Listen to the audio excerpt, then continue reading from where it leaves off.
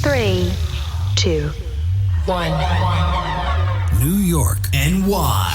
LaunchPod starts now. Welcome to the New York LaunchPod, the New York Press Club award-winning podcast highlighting the most interesting new startups, businesses, and openings in the New York City area. I'm your host and New York attorney, Hal Cooper-Smith. In this episode, we are speaking all about offices and how office workers are eating. Our guest, Tximista Lizarazu, the founder of Fraîche, thought about bringing fresh, quality food directly to the office in a way that benefits restaurants, employers, and employees. With Frache, it's 24/7 access, and it's instantly. You don't have to wait 45 minutes to be delivered. Potentially you have a problem with the delivery guy. So we are just making it 200 times more convenient. You don't have to pay for delivery. You don't have to leave the office and wait in line. And it's a way also for employees to regroup. They lost that during COVID. So it's an opportunity to spend some time together. It's good for the culture. Listen to the episode to find out how Fraîche is delivering delicious meals to its offices, engaging employees, and a whole lot more. But before we go to the episode, we have a sponsor, ResQ, New York State's premier residential rental compliance platform for landlords. Rental laws in New York City are difficult to manage, and ResQ helps you follow the law. If you are a landlord who wants to keep up with inflation, you need ResQ. For example, you may not be able to increase the rent by the amount you thought. ResQ helps solve that problem and a whole lot more. Go to resqme.com and enter in some simple information, and ResQ will take care of the rest. That's resqme.com or EZCUEME.com. And with that, let's go to the interview. So what is Fraîche? Basically, Frache is a new generation of cafeteria. We're trying to bring good quality food to offices, leveraging a smart fridge technology that we built internally. And the idea is that we are delivering fresh food every day to offices, placing those products that are coming from some of the best restaurants in the city in those fridges. And so people have 24/7 access to those products. They can download the Frache app on the App Store to be able to unlock the fridge so they can see in real time what there is in this fridge, the full transparency of all the brands, the products, the different meals that are inside. When did you have the idea for your company? I had the idea now a bit more than 4 years ago. We launched with my business partner, Paul, in 2019. We launched our first 5 locations just before the summer 2019. So 6 months before COVID.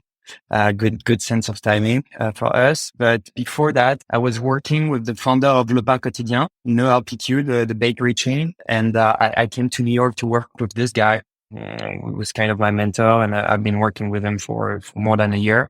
And I was in the street food industry. Before that, I was trying to revolutionize with the industry of food carts. So bringing also good quality food to people in a more convenient way. And it gives me the idea of Fraîche, and that's why I started Fraîche. So you mentioned that starting the company and being in your first location 6 months before COVID wasn't great timing. There's been a lot of talk about offices and office occupancy. Why do you think that the world needs to revolutionize its office cafeteria? I mean, there were a lot of different stages, as you can imagine, for the last 3 years. For 1 year and a half, they built the entire technology. So the smart fridge, the mobile app, a dashboard where we can see in real time also what's happening in the entire platform, what people are consuming, all those things. And we wanted to be ready for the post-COVID world, basically. And now the thing is, all the leaders are trying to bring back their team at the office. So all the leaders need to find new ways to make the office, more exciting. And Fraîche is part of those options. Food is maybe the most important perk you can get for your employees at the office. And the thing is, when you have only 50, 60, 70% of the people at the office, a cafeteria like it existed for the last 30 years doesn't really make sense anymore because the infrastructures are big. You need to have a cook, you need to have a kitchen, you need potentially to have a full floor just for the cafeteria. And when you don't have enough people, the economics don't make sense. And what we do with Fraîche is that instead of having a full kitchen with cooks, we just have a few fridges for the employees to have access, and the products, instead of being made directly inside the building. It's made, we're supporting the local economy, working with all those amazing restaurants in the city and distributing these products so people can have 24/7 access, basically. And so how do you partner with restaurants? We have very high standards in terms of quality, sustainability, and we are, listing the different concepts that are cool enough, only local concepts. And then we're going to study those different concepts and decide if they could be part of our platform, if they are ticking the boxes in terms of our standards. And then we are just reaching out to them and giving them the opportunity to be in our platform and to have access to all the clients that we have basically in the city. Yeah, that's the way it works. And what restaurants have you partnered with now? So the main partner that we have is Le Botanist. I don't know if you know them. It's an amazing plant-based organic concept. They have 4 or 5 locations in the city. They were the first ones to trust us, actually. We're working also with Millenone. It's a very cool Italian concept. We're working with Hungry House. Also, it's a lot of different bowls.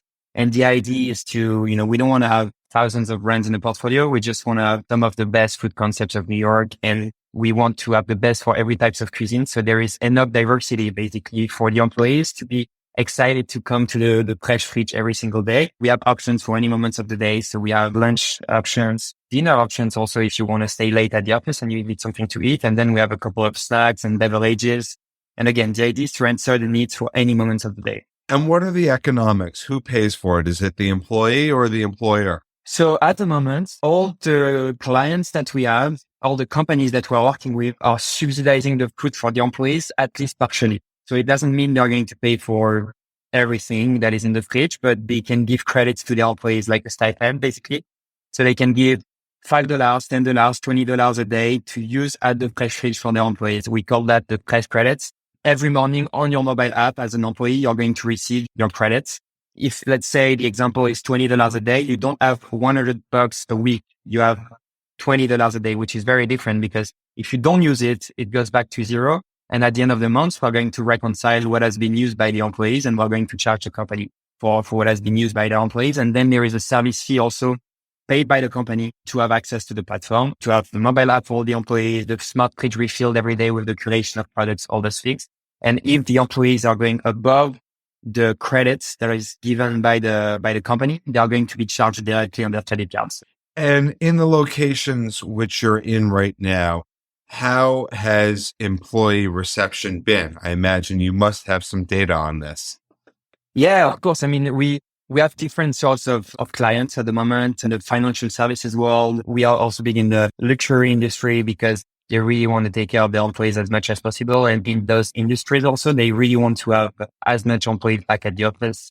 So they're working with us basically either to thank employees for coming back or just to make the office a cooler place. So they are exciting to come back by themselves. But the reception has been very good in all the locations that we have so far. We have a few companies also in the tech world where people are not back every day in the locations. The first one I mentioned, it has been very exciting for all those employees because for some locations, they never had the opportunity to have food at the office before, and because of the economics and because of this new business that we created, it's possible now because before you needed to have a cafe to be able to have access to food. But when you have a smaller office, like an office of less than 200, 300 people, you cannot have a cafeteria. So we're giving the opportunity also to smaller offices to have a cafeteria and so people can have access to food without leaving the office. And so how many meals are employees consuming? How many meals are you delivering and selling?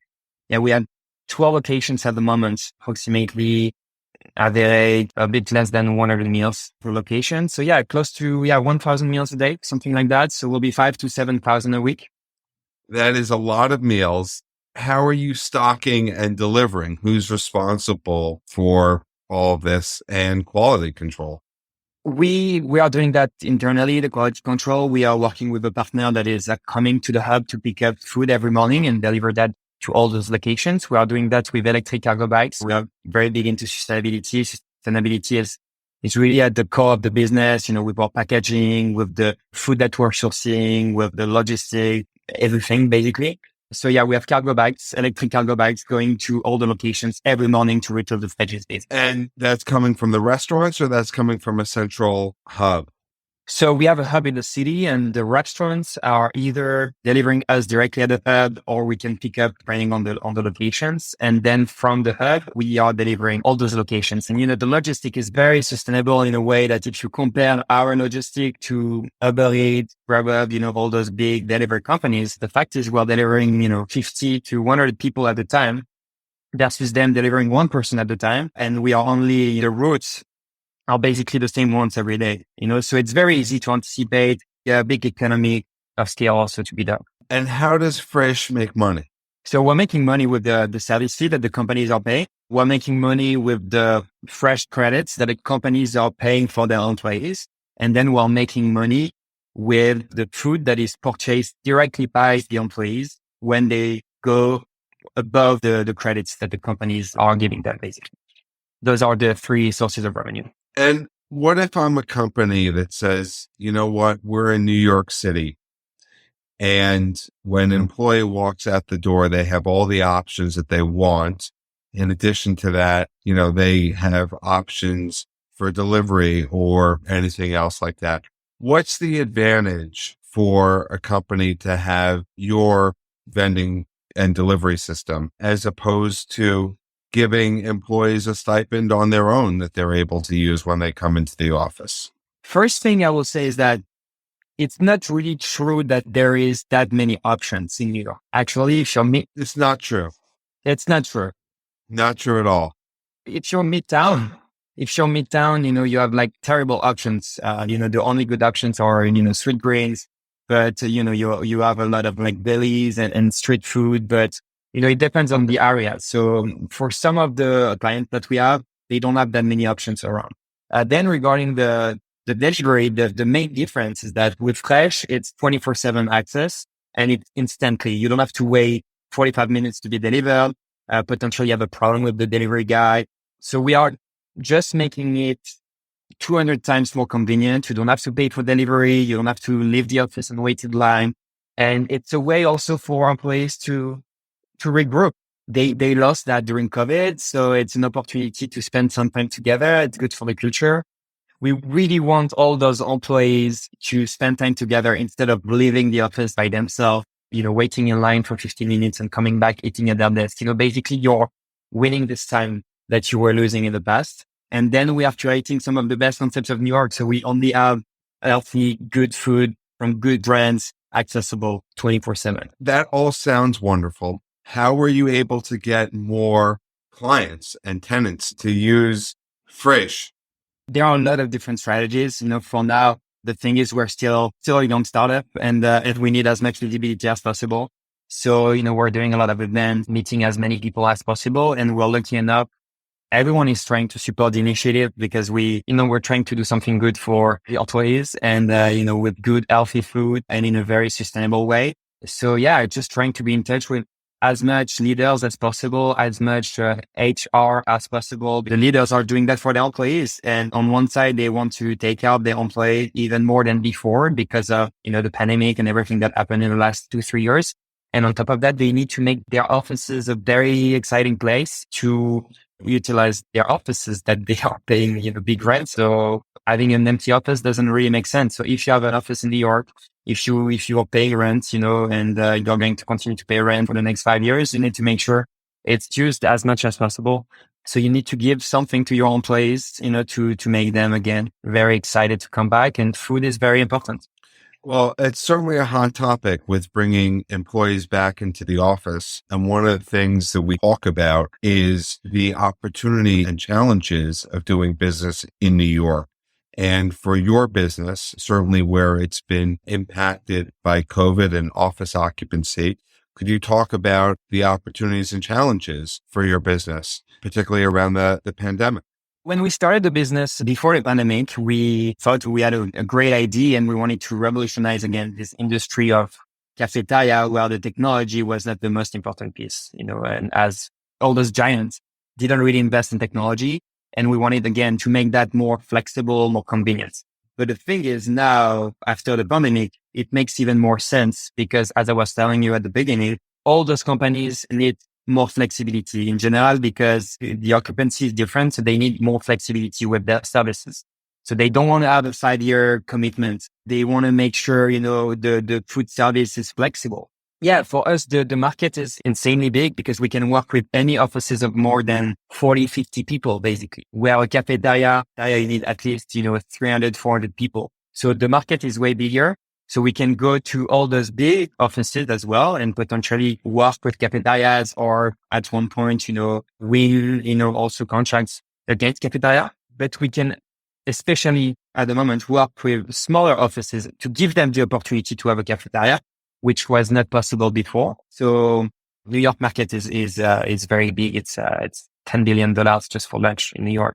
There are so many opportunities for us. And what's the cost of one of your meals? It's gonna fluctuate between $12 up to $16, depending on the concept.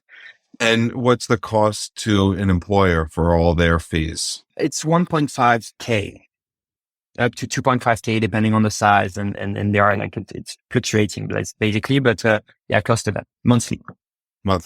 Talk about the food in New York, because you said that there weren't that many options, but I always thought that New York had the best food. And New York has amazing restaurants. Of course, New York, the food scene is incredible in New York, but I was more talking about what is accessible for lunch in Midtown. So many new clients or leads that we're talking with are saying that there is nothing good around them. There are options, but not great options. So we are trying to bring the best of New York directly in those offices.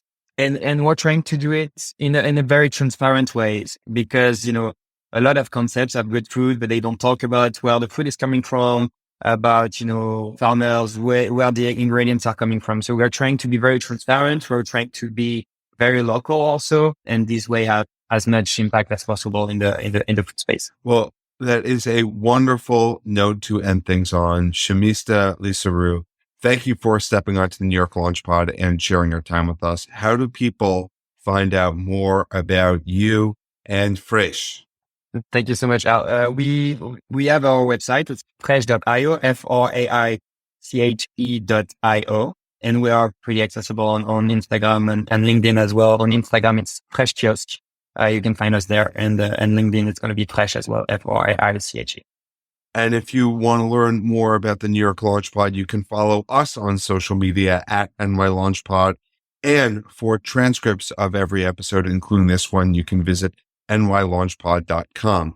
And if you're a super fan of the show, Tximista, are you a super fan of the New York Launchpad? I am. Yeah, for sure. If you're a super fan like Tximista, please leave a review on Apple Podcasts. It is greatly appreciated and does help people discover the show. Thank you for listening to this episode of the New York Launchpad.